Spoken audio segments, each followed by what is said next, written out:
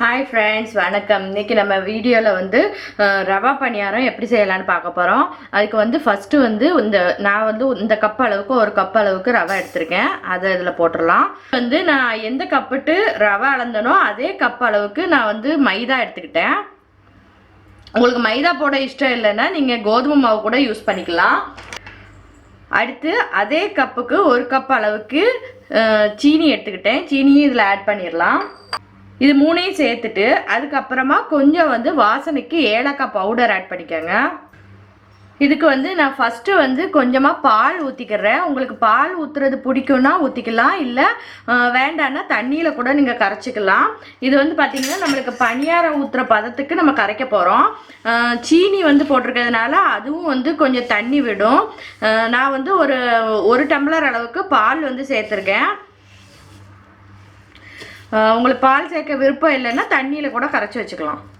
இப்போ பார்த்தீங்கன்னா நான் பால்லேயே வந்து கரைச்சிட்டேன். எனக்கு கரெக்டாக இருக்குது. இன்னும் கொஞ்சம் ஒரு 1/4 மணி நேரம் அல்லது 20 நிமிஷம் வந்து இந்த ரவையை வந்து நல்லா ஊற விடணும். ஊறினதுக்கப்புறமா நம்ம பணியாரம் ஊற்றினோன்னா நல்லா சாஃப்டாக நல்லா டேஸ்டியாக இருக்கும். அதனால் கொஞ்சம் நேரம் வந்து நல்லா ஊற விடுங்க. அது மாதிரி ரவையில் வந்து கட்டி எதுவும் இல்லாத மாதிரி பார்த்துக்கங்க. பார்த்தீங்கன்னா சூப்பராக வந்து நம்ம கரைச்சாச்சு. இதில் வந்து நான் வந்து ஒரு கப்புக்கு ஒரு கப் அளவுக்கு ரவை ஒரு கப் எடுத்துருக்கேன். அதே கப்புக்கு ஒரு கப் அளவுக்கு வந்து ஜீனி சேர்த்துருக்கேன். நீங்கள் வந்து உங்களுக்கு டேஸ்ட் பண்ணி பார்த்துக்கோங்க. ஸ்வீட் பத்துன்னா விட்டுருங்க, ஸ்வீட் பத்தலைன்னா கூட கொஞ்சம் ஆட் பண்ணிக்கலாம். இது வந்து சூப்பராக வந்து மாவு ரெடி ஆகிடுச்சு. நான் இதில் வந்து தண்ணியே ஊற்றலை, பால்லையே வந்து கரைச்சிட்டேன். இது வந்து ஒரு 1/2 மணி நேரத்துக்கு நல்லா ஊறட்டும். அதுக்கப்புறமா நம்ம இதை எடுத்து நம்ம பணியாரக்கல்லில் ஊற்றி எடுத்துக்கலாம். அதுக்கப்புறம் வந்து நான் ஒரு கைப்பிடி அளவுக்கு முந்திரி பருப்பு எடுத்து வச்சுருக்கேன், சின்ன சின்னதாக உடச்சி. இதை வந்து லைட்டாக வந்து நெய் விட்டு ஃப்ரை பண்ணிக்கோங்க. ஃப்ரை பண்ணிவிட்டு இதோட சேர்த்துக்கோங்க இந்த மாவில். அப்போ வந்து நல்லா சாப்பிடும்போது நல்லா க்ரன்ச்சியாக சூப்பர் டேஸ்ட்டாக இருக்கும். இப்போ ஒரு 1/2 மணி நேரம் கழித்து பார்க்கலாம். இப்போ வந்து நான் முந்திரி பருப்பை வந்து நல்லா கீயில் வந்து ஃப்ரை பண்ணிவிட்டேன். அதை வந்து இதில் ஆட் பண்ணி வச்சிடலாம். இப்போ பார்த்தீங்கன்னா நம்மளுக்கு பணியாரக்கல் வந்து நல்லா காஞ்சிடுச்சு. இதில் வந்து நீங்கள் கொஞ்சம் கொஞ்சம் தேங்காய் எண்ணெய் விட்டுக்கலாம். உங்களுக்கு பிடிச்சிருந்துச்சுன்னா தேங்காய் எண்ணெய் விட்டுக்கலாம், இல்லாட்டா நீங்கள் வேறு ஏதாவது நெய் அந்த மாதிரி கூட ஊற்றிக்கலாம். நான் வந்து இன்றைக்கி தேங்காய் எண்ணெய் வச்சு தான் பண்ணுறேன். மாவு வந்து நல்லா ஊறிடுச்சு. 20 நிமிஷத்துக்கு மேலேயே ஆயிடுச்சு. இதில் வந்து குட்டியாக ஒரு ஸ்பூனை போட்டுட்டு நம்ம பணியாரம் எப்பவும் ஊற்றி எடுக்கிற மாதிரியே ஊற்றி எடுத்துக்கலாம். ஃபுல்லாக ஊற்றாமல் ஒரு முக்கால் இதுக்கு அந்த குழிக்கு முக்கால் இது அளவுக்கு ஊற்றி எடுத்திங்கன்னா நல்லா சூப்பராக வரும்.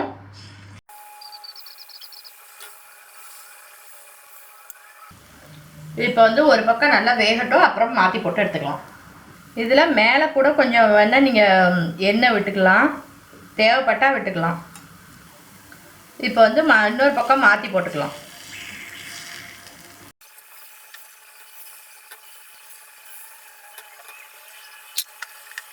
இப்போ பார்த்தீங்கன்னா பணியாரம் நல்லா வெந்துடுச்சு. இப்போ நம்ம வந்து ஒவ்வொன்றையாக எடுத்துடலாம். இப்போ அடுத்த இது ஊற்றிடலாம். இது வந்து பார்த்திங்கன்னா ரொம்ப ஈஸி அண்ட் சிம்பிள் ரெசிபி. சீக்கிரம் ரெடி பண்ணிடலாம். ஈவினிங் டைமில் குழந்தைங்களுக்கு செஞ்சு கொடுக்குறதுக்கு நல்லாயிருக்கும். பசங்களுக்கு ஸ்நாக்ஸ் கேட்டாங்கன்னா இந்த மாதிரி வீட்டில் கூட ஈஸியாக செஞ்சிடலாம். ஒரு 1/2 மணி நேரம் இருந்தால் போதும், பணியாரம் ஈஸியாக ரெடி பண்ணிடலாம்.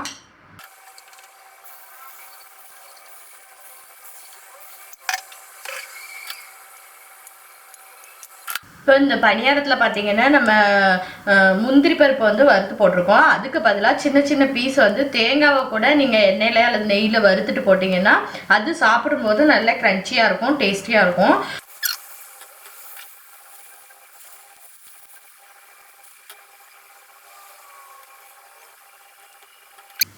இப்போ இதையும் எடுத்துடலாம். நல்லா வெந்துடுச்சு. இது பார்த்தீங்கன்னா நான் சொன்ன சுகரே வந்து இதுக்கு கரெக்டாக தான் இருக்குது. நீங்கள் உங்களுக்கு வேணும்னா மட்டும் கூட்டி போட்டுக்கோங்க. இதுவே வந்து நல்லா தித்திப்பாக தான் இருக்குது. பார்த்தீங்கன்னா சூப்பராக வந்து பணியாரம் ரெடி ஆகிடுச்சு. ஒரு 1/2 hour தான் இருக்கும். சூப்பர் டேஸ்டியாக ரெடி ஆகிடுச்சு. நீங்களும் இதை வந்து உங்கள் வீட்டில் ட்ரை பண்ணி பாருங்கள். உங்கள் வீட்டு குட்டீஸ்களுக்கும் செஞ்சு கொடுத்து பாருங்கள். உங்களுக்கு பிடிச்சிருந்துச்சுன்னா லைக், கமெண்ட், ஷேர், சப்ஸ்கிரைப் பண்ணுங்கள். தேங்க்யூ.